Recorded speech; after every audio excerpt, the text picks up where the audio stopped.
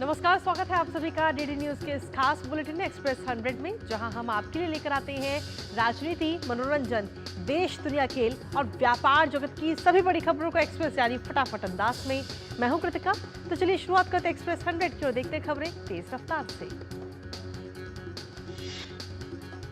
पश्चिम बंगाल के राज्यपाल ने कोलकाता रेप मर्डर केस के बाद लाए गए अपराजिता विधेयक को भारत के राष्ट्रपति के विचारार्थ भेजा है।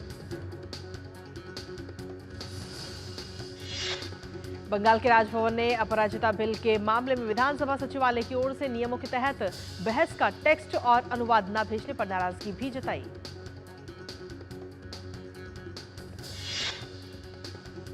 राज्यपाल ने जल्दबाजी में पारित अपराजिता विधेयक में कमियों और चूकों की ओर इशारा किया। उन्होंने सरकार से कहा कि वो जल्दबाजी में कार्य न करें। राज्यपाल ने कहा कि लोग इस विधेयक के लागू होने तक इंतजार नहीं कर सकते। वो न्याय चाहते हैं और मौजूदा कानून के दायरे में ही उन्हें न्याय मिलना चाहिए।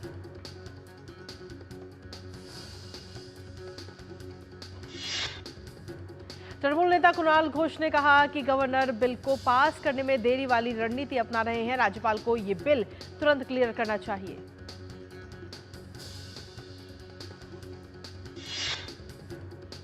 जम्मू कश्मीर और हरियाणा विधानसभा चुनावों में सभी दलों ने अपने बेहतर प्रदर्शन के लिए प्रचार अभियान तेज कर दिया है। आज गृहमंत्री अमित शाह जम्मू कश्मीर में बीजेपी का प्रचार शुरू करेंगे। गुजरात के गृहमंत्री हर्ष सिंघवी ने कहा कि ये बात बेहद दुखद है कि बंगाल में एक महिला मुख्यमंत्री होने के नाते भी वो बाकी महिलाओं का दर्द नहीं समझ पा रही। जम्मू कश्मीर के पलोरा में आज गृह मंत्री अमित शाह चुनावी सभा को संबोधित करेंगे। कल ही पार्टी का घोषणा पत्र जारी करते हुए उन्होंने कहा था कि अनुच्छेद 370 अतीत की बातें हो गई हैं। गृहमंत्री अमित शाह आज जम्मू कश्मीर में विधानसभा चुनावों की सफलता सुनिश्चित करने के लिए पार्टी नेताओं के साथ व्यापक चर्चा भी करेंगे। बीजेपी के संकल्प पत्र में श्रीनगर शहर की जल झील को विश्व स्तरीय पर्यटन स्थल के रूप में विकसित करने और वाटर स्पोर्ट्स को बढ़ावा देने का वादा किया है। बीजेपी ने जम्मू कश्मीर के युवाओं के लिए 5 लाख रोजगार के अवसर पैदा करने का वादा किया। उज्ज्वला योजना के लाभार्थियों को हर साल 2 फ्री एलपीजी सिलेंडर भी दिए जाएंगे। हरियाणा विधानसभा चुनाव में कांग्रेस और बीजेपी दोनों में टिकट बंटवारे को लेकर असंतोष है। बीजेपी के कुछ नेता नाराजगी जता रहे हैं तो कुछ ने इस्तीफा भी दे दिया है। कांग्रेस ने हरियाणा विधानसभा चुनाव के लिए 31 उम्मीदवारों की सूची जारी की है। पार्टी के वरिष्ठ नेता और पूर्व मुख्यमंत्री भूपेंद्र सिंह हुड्डा गढ़ी सांपला किलोई सीट से चुनाव लड़ेंगे। कांग्रेस में शामिल हुई पहलवान विनेश फोगाट को हरियाणा के जुलाना से टिकट दिया गया। कांग्रेस प्रमुख उदय भान को हुडल से मैदान में उतारा गया। हरियाणा में मौजूदा विधायक चिरंजीव राव को फिर से रेवाड़ी से टिकट दिया गया है। हरियाणा विधानसभा की सभी 90 सीटों के लिए 5 अक्टूबर को मतदान होगा। हरियाणा में विधानसभा चुनाव से पहले पहलवान विनेश फोगाट और बजरंग पुनिया के पार्टी में शामिल होने के बाद बीजेपी ने कांग्रेस की मंशा पर सवाल उठाए। विनेश फोगाट और बजरंग पुनिया के कांग्रेस में शामिल होने पर हरियाणा के सीएम नायब सिंह सैनी ने कहा कि खिलाड़ी हमारे देश का गौरव है, हम उन पर राजनीति नहीं करते। हरियाणा बीजेपी ने कहा कि हरियाणा विधानसभा चुनाव के लिए अगली सूची जल्द ही घोषित करेंगे। हरियाणा में 5 अक्टूबर को 90 विधानसभा सीटों पर मतदान होगा।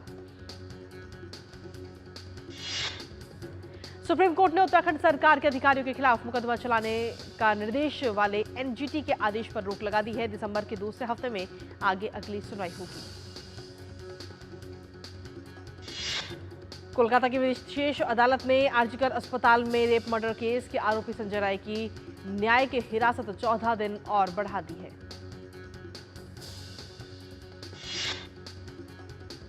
नौकरी के लिए जमीन घोटाले से जुड़े धन शोधन के मामले में लालू प्रसाद यादव, तेजस्वी यादव और अन्य के खिलाफ दिल्ली की राउस एवेन्यू कोर्ट में आज सुनवाई होगी।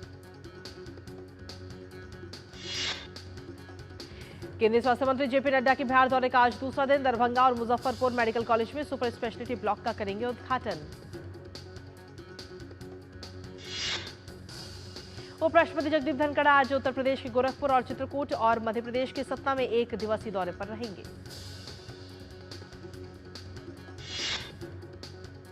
उपराष्ट्रपति जगदीप धनखड़ गोरखपुर में सैनिक स्कूल का उद्घाटन करेंगे। जगत गुरु रामभद्राचार्य दिव्यांग राज्य विश्वविद्यालय चित्रकूट में राष्ट्रीय संगोष्ठी की अध्यक्षता भी करेंगे।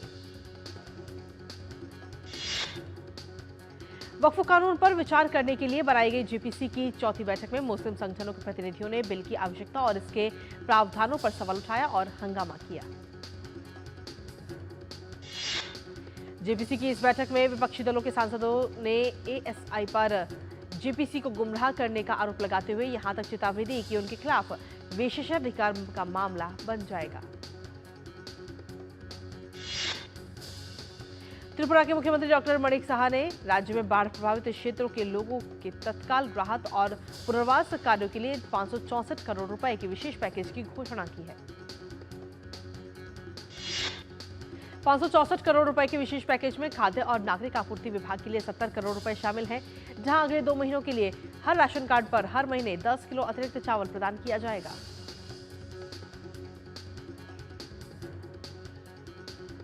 डॉक्टर माणिक साहा के अनुसार त्रिपुरा में बाढ़ से नुकसान का शुरुआती अनुमान करीब 14,247 करोड़ रुपए है। केंद्रीय गृह मंत्रालय से पुनर्वास के लिए अतिरिक्त धनराशि का अनुरोध किया जाएगा।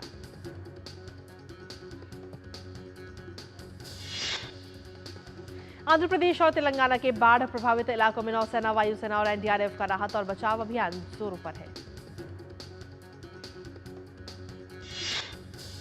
नौसेना के हेलीकॉप्टर बाढ़ में फंसे लोगों के लिए खाद्य सामग्री के पैकेट, दवाइयां और पानी की बोतल उपलब्ध करा रहे हैं। बाढ़ में फंसे लोगों को सुरक्षित स्थानों पर पहुंचाया जा रहा है। मौसम विभाग ने अगले 2 दिनों तक गुजरात, महाराष्ट्र और पूर्वी राजस्थान में तेज बारिश का अनुमान लगाया है। आज कोंकण और गोवा में बहुत भारी बारिश हो सकती है। मौसम विभाग की माने तो अगले 7 दिन पूर्वी मध्य प्रदेश, छत्तीसगढ़, मिजोरम और त्रिपुरा में भारी बारिश की संभावना।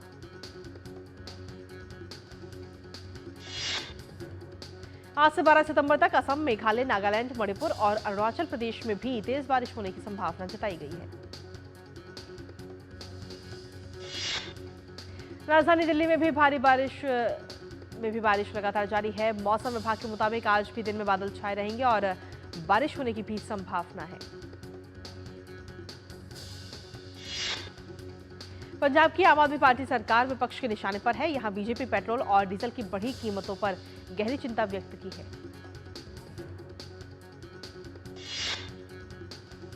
उत्तर प्रदेश के हाथरस बस हादसे पर अलीगढ़ डिस्ट्रिक्ट मजिस्ट्रेट रामशंकर ने बताया कि यहां 6 लोगों को भेजा गया था, जिसमें से 2 लोगों की मृत्यु हो गई, 4 का इलाज जारी है। मुख्यमंत्री योगी आदित्यनाथ ने हाथरस में हुई सड़क हादसे में प्रत्येक मृतक के परिजनों को 2 लाख रुपए और गंभीर रूप से घायलों को 50,000 रुपए की अनुग्रह राशि देने की घोषणा की है।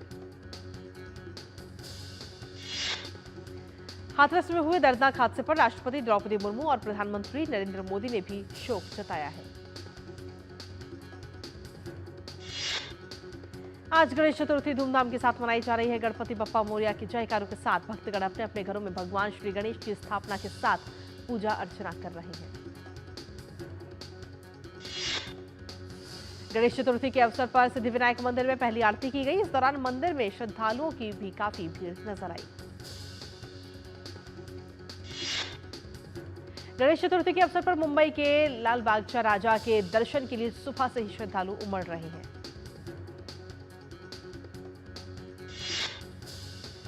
अहमदाबाद स्थित वस्त्रपुर के महागणपति मंदिर में सुबह आरती और प्रार्थनाएं की गई। गणेश जी की झलक पाने के लिए मंदिर में सुबह से ही भक्तों का भारी तांता देखने को मिल रहा है। मुंबई पुलिस कमिश्नर विवेक फंसालकर ने गणपति उत्सव के लिए सुरक्षा और पुलिस व्यवस्था को लेकर बैठक के दौरान सभी अधिकारियों को चेतावनी दी कि अगर कोई भी पुलिसकर्मी वर्दी पहनकर नाचता हुआ पाया गया तो उसके खिलाफ सख्त कार्रवाई की जाएगी।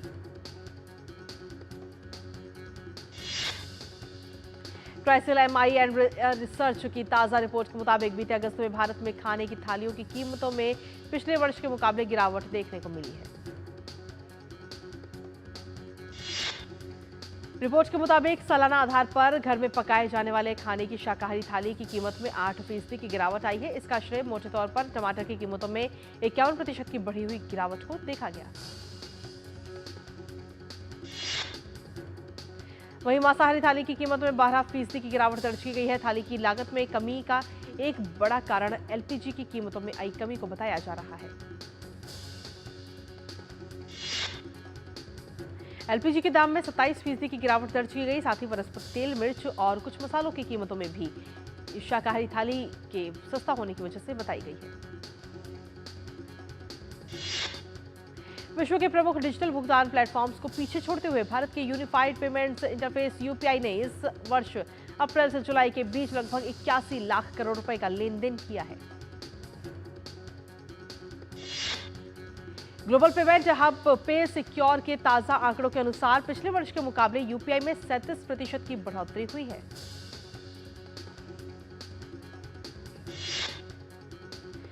और एक्सप्रेस 100 में खबरों का सिलसिला यूं ही लगातार जारी। वक्त एक छोटे से ब्रेक का, आप बने रहिए हमारे साथ।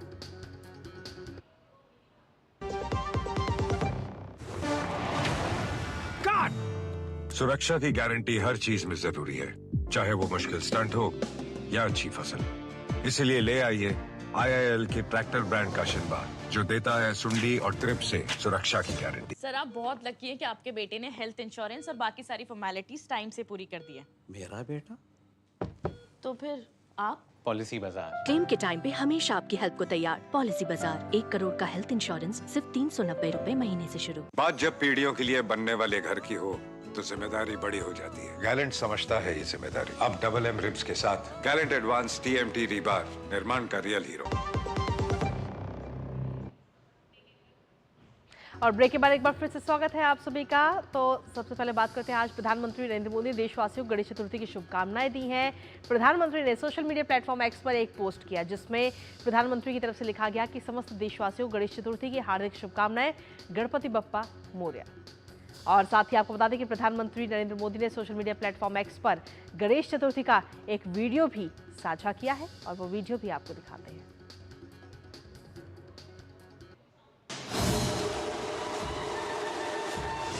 गणेश जी विघ्नहर्ता है। हम सब चाहें कि हमारा देश, हमारा समाज, हमारे परिवार, हमारा हर व्यक्ति, उसका जीवन निर्विघ्न रहे।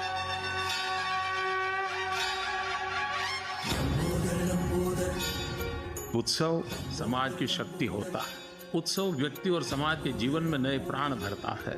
उत्सव के बिना जीवन असंभव होता है। आज कई शहरों में तो ऐसा होता है कि आपको लगभग हर गली में गणेश पंडाल देखने को मिलता है। गली के सभी परिवार साथ मिलकर के उसे ऑर्गेनाइज करते हैं, एक टीम के रूप में काम करते हैं। ये हमारे युवाओं के लिए भी एक बेहतरीन अवसर है, जहां वे लीडरशिप और ऑर्गेनाइजेशन जैसे गुण सीख सकते हैं।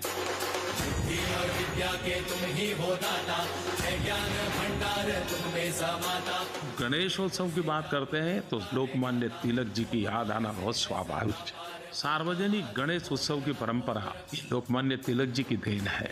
सार्वजनिक गणेशोत्सव के द्वारा उन्होंने इस धार्मिक अवसर को राष्ट्र जागरण का पर्व बना दिया। लोकमान्य तिलक जी ने हमें स्वराज हमारा जन्मसिद्ध अधिकार है, ये प्रेरक मंत्र दिया। लेकिन हम आजाद हिंदुस्तान में क्या सार्वजनिक गणेशोत्सव स्वराज हमारा अधिकार है? अब हम स्वराज की ओर आगे बढ़े, स्वराज हमारी प्राथमिकता हो, इस मंत्र को लेकर के हम सार्वजनिक गणेशोत्सव से संदेश नहीं दे सकते हैं क्या?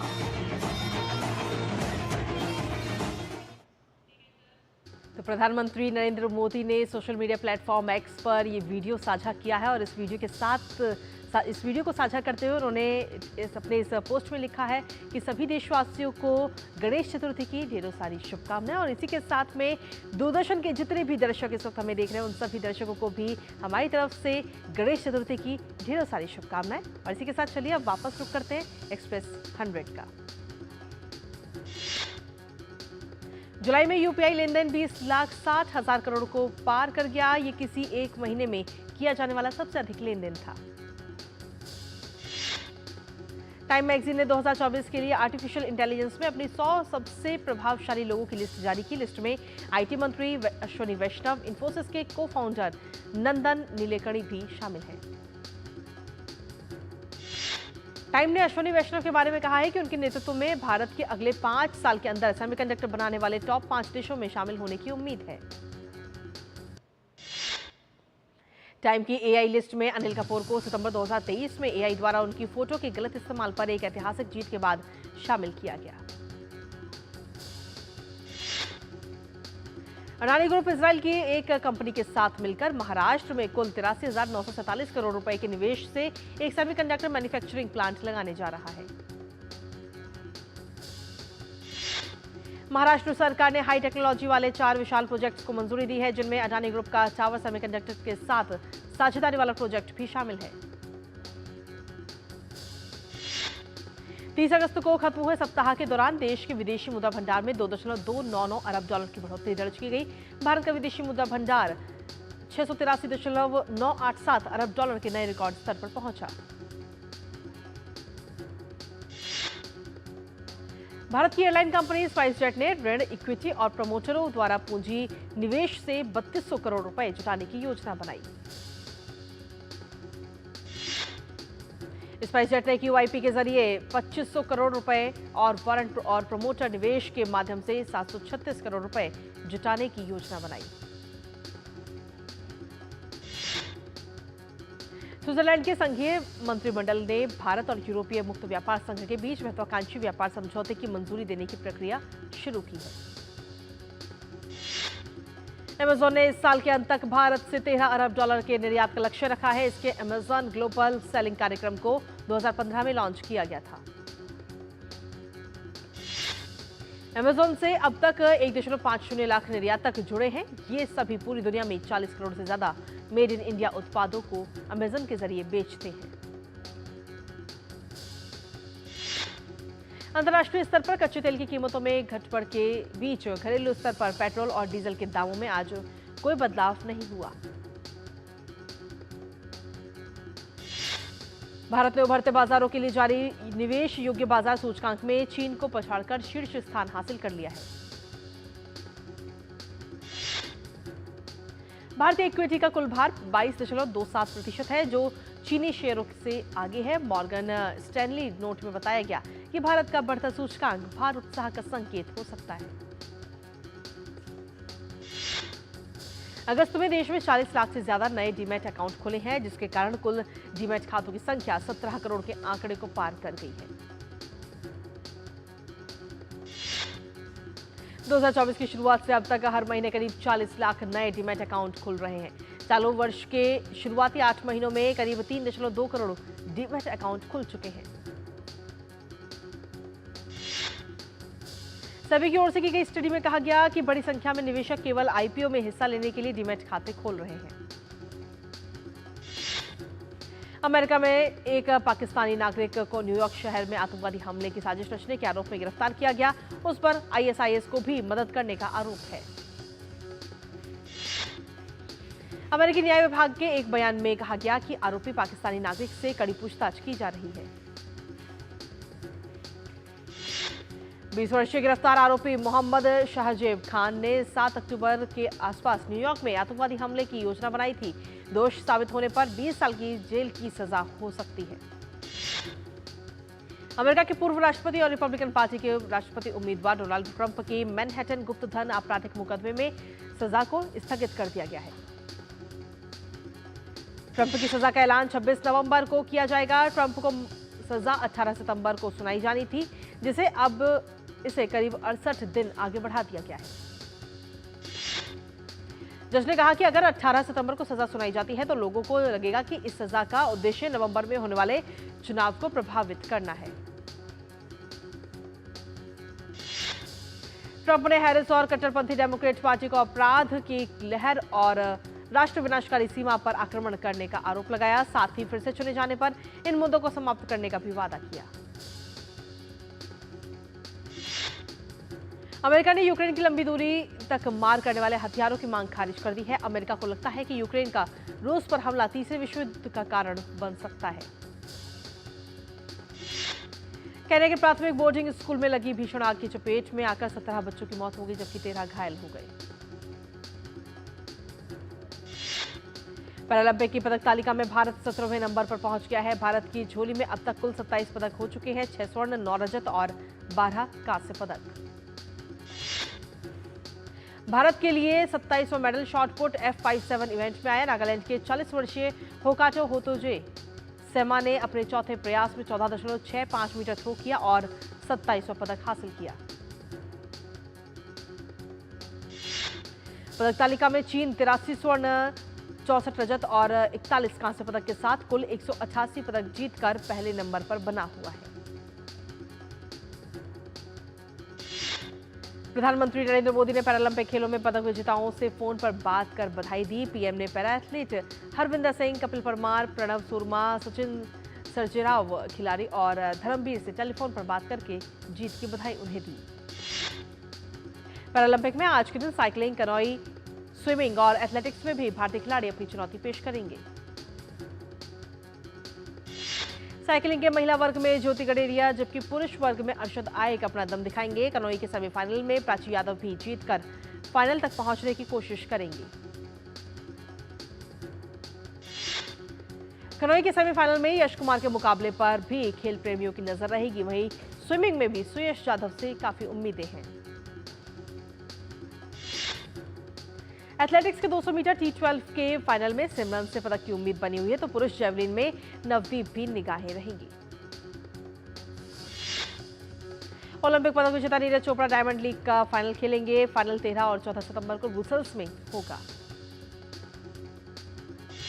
भारत के पूर्व कप्तान राहुल द्रविड़ को इंडियन प्रीमियर लीग की टीम राजस्थान रॉयल्स का मुख्य कोच बनाया गया है। द्रविड़ का भारत के मुख्य कोच के तौर पर कार्यकाल T20 विश्व कप में खिताबी जीत के साथ खत्म हो गया था। भारतीय नौसेना के एथलीट एनसी सोजन ने बेंगलुरु में राष्ट्रीय ओपन एथलेटिक्स चैंपियनशिप में लंबी कूद में स्वर्ण पदक हासिल किया। उन्हें चैंपियनशिप की सर्वश्रेष्ठ महिला एथलीट भी घोषित किया गया। नोएडा में न्यूजीलैंड और अफगानिस्तान के बीच होने वाले एकमात्र टेस्ट के लिए दोनों टीमें जमकर अभ्यास कर रही हैं। टेस्ट मैच 9 से 13 सितंबर तक खेला जाएगा। साल के अंतिम ग्रैंड स्लैम यूएस ओपन के महिला एकल के फाइनलिस्ट तय हो चुके हैं। आरेना सबालेंका का सामना जेसिका पेगुला से होगा। सनी देओल की बॉर्डर 2 में वरुण धवन के बाद अब दिलजीत दोसांझ की भी एंट्री हो गई। ये फिल्म 2026 में गणतंत्र दिवस के मौके पर रिलीज होने वाली है।